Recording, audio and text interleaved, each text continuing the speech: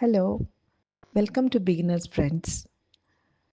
This is the video of my second Dot Mandala photo frame gift. This is on a 10-inch MDF board. I've left about 5-inch diameter circle in the center for fixing the photograph, and I have started with a golden outline for the photograph. I'm using Camel brand paint, and as you can see, the dots are looking very good with the puffy center, which by itself means that the paint consistency was perfect. This is a very interesting project that I had done, and I'm very much attached to this particular design because there is a small story to it.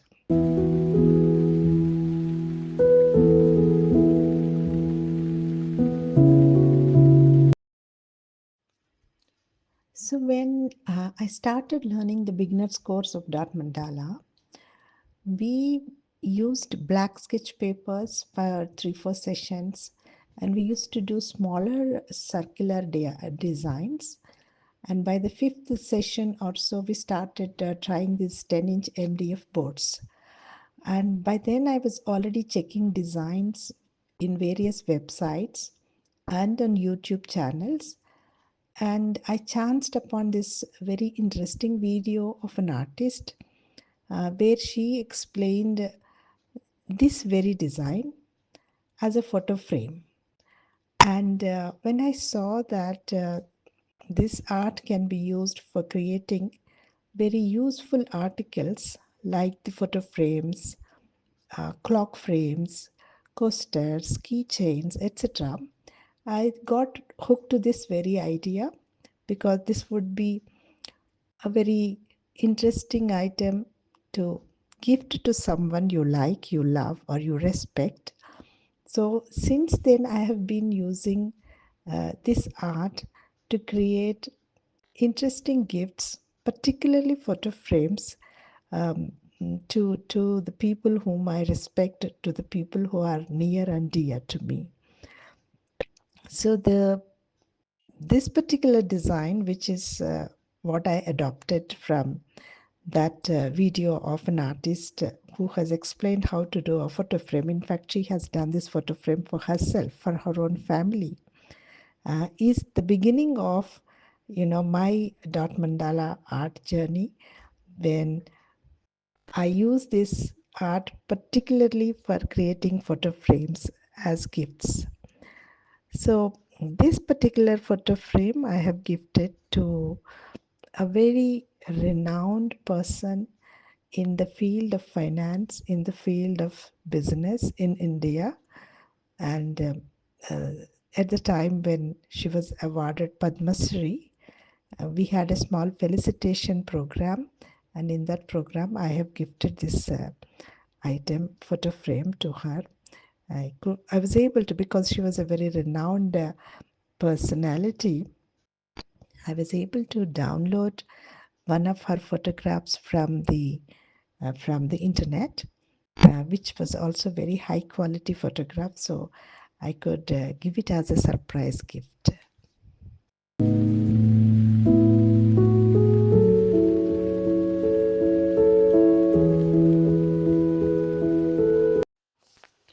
In the original design, she has actually used yellow color. I have replaced that yellow color with the golden color because I knew I was going to give this gift to a very highly respected and renowned person. So I wanted her photo to have a golden outline, and therefore most of the yellow color in the original design I replaced with gold color. So it has one circle of golden dots and second circle made of green color dots, and then these intertwining swooshes in gold and yellow coming as the next layer. Then there will be one layer of the flowers, dots and flowers, and then one more layer of dots, and then one more layer of flowers. It's a really very um, interesting photo frame. Normally, um, I learned to do 12 sector photo frames when I learned it from my tutor. But this one is actually an 18 sector one, so there are 18 flowers in in the third layer, fourth layer actually, and so spacing definitely was a difficult task for me at that point of time.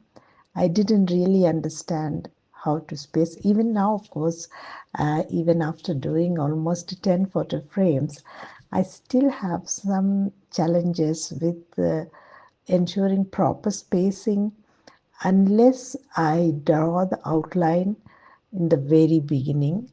If I try a freestyle painting, then my spaces will sometimes, be too tight between two flowers or too open between two flowers, and that problem will be there. But I have seen in many videos of very experienced artists that they invariably use a stencil or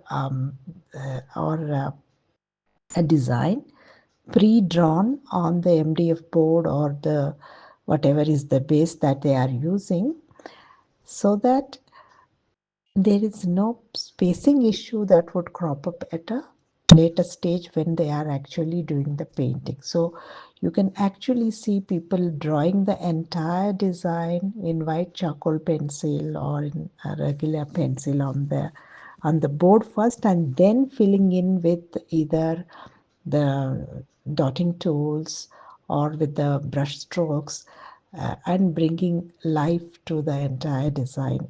So I think, irrespective of however experienced we are, it does make sense to take some care when we are working on a project to make sure that, we should not blindly believe that we will be able to get the spacing right, because the strokes are always free flowing strokes. Sometimes you lift a lot more paint, sometimes you lift less paint. Of course, when you are working with brush strokes, you have little more flexibility to paint over a previous swoosh. But with the dotting tools, I found it a little difficult to paint over a swoosh which is already painted, particularly if it is not dry enough. So it makes sense to draw the design well in advance, much before we go to the painting area.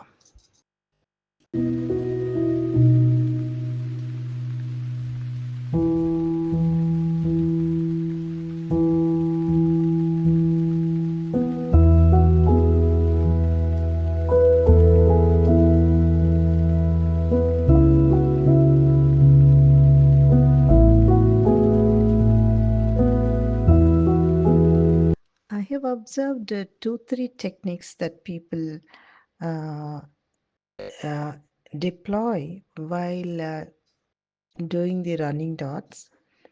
So the biggest dot is when you first touch the board with your dotting tool, which will be obviously at the center, topmost center of the design, and then you walk the dots towards the opposite side. That is fine, but when you want to fill the dots on the other side, then the moment you put your dotting tool on the board, that dot will be as big as the biggest possible dot with that dotting tool. And because you always have only one big dot in the center and both the sides you want to have equal sized dots, one technique that people use is that you don't use the same dotting tool for putting the first dot. You generally use a dotting tool with a bigger surface to put the first dot. So you put all the first dots across your design. And then you take a dotting tool which is one size smaller to do the second dot and walk the dots, subsequent dots on both the sides. This is one technique.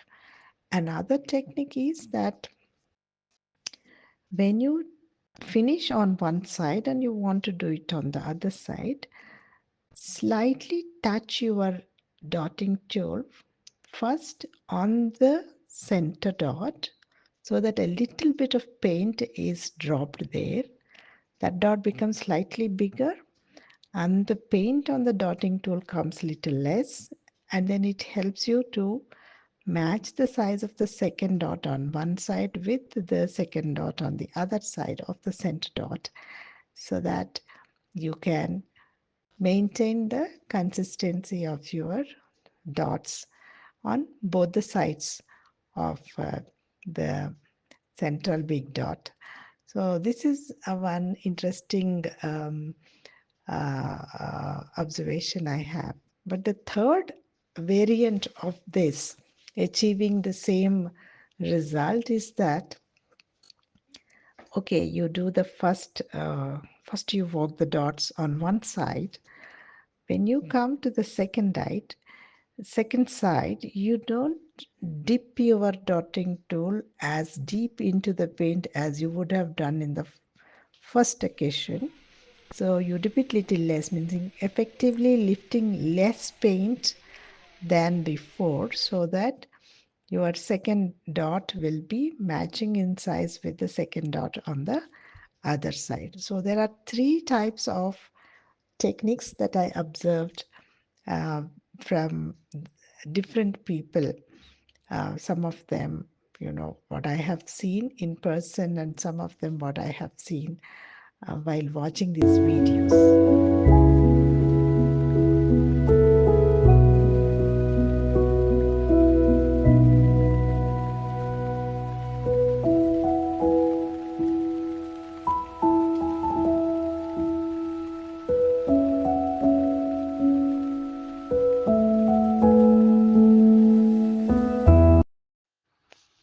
So, as I see this video now, I realize, or as much as you can see, because I went into this freestyle painting without drawing the design beforehand, there are spacing issues. In some cases, the swooshes are touching each other, adjacent flowers of the adjacent flowers, and in some cases, the swooshes have a lot of space in between.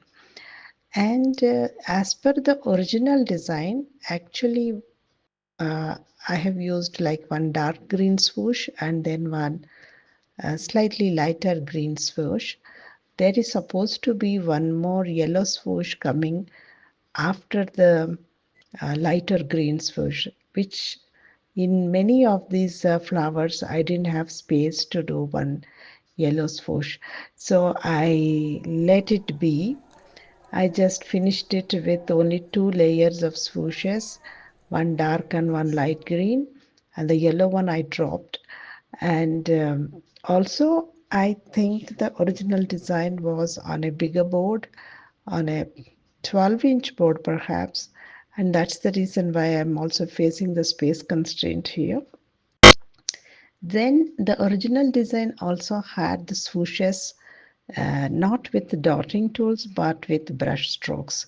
So brush strokes definitely has an advantage over dotting tools is my personal experience because you can actually maneuver your brush in such a way that the swoosh can come little thinner or it can slightly overlap on the earlier swoosh so it comes back into your control. So that is one thing that made the difference. I couldn't really copy the original design as it is in this particular frame. And also the dots that I have put um, after the flowers, that's the fifth layer particularly in this particular design, that I have used a smaller tool for putting the dots. Um, but in the original design it was a bigger tool. So again, the space constraint was there for me, so I could not uh, exactly copy the same um, design that I was intending to copy. Nevertheless, the colors have come out very beautifully, and the colors actually match the photograph. Of course, I'm not showing the photograph here, but what I normally do for the photograph is that I take a 5x7 print from the photo studio and cut a 5 diameter circle on the from that 5x7 photograph and fix it, laminate it, and then fix the laminated photo in the center. Stick it with a bit of Feviquick or Fevicol or whatever glue that is available.